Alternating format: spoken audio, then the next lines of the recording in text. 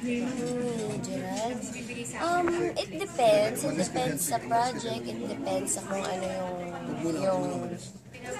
yung ang tawag doon, ano yung kwento.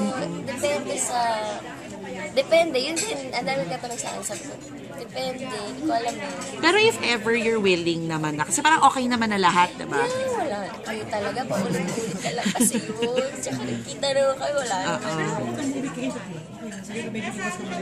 Wag muna, mainit-init pa. Syempre, kung kami, okay na kaming tatlo. Syempre, mga fans, iba pa yung ano nila, tingin nila, gano'n. So, might as well, muna, i-smoothen muna natin yung mga buhay-buhay.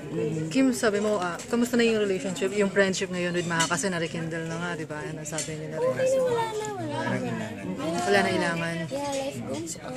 Komportable na with Asa pag Yeah, it's fine. Wala naman na. So, Kanina sabi mo with Gerald, about with Maha, okay ba sa'yo to do project, series, film, or wag na nga? okay naman.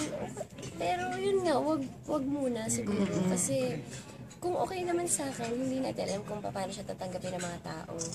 Siyempre, utang namin sa mga fans namin kung nasaan kami ngayon. And it depends on them kung paano nila tatanggapin yun. Siguro, time muna.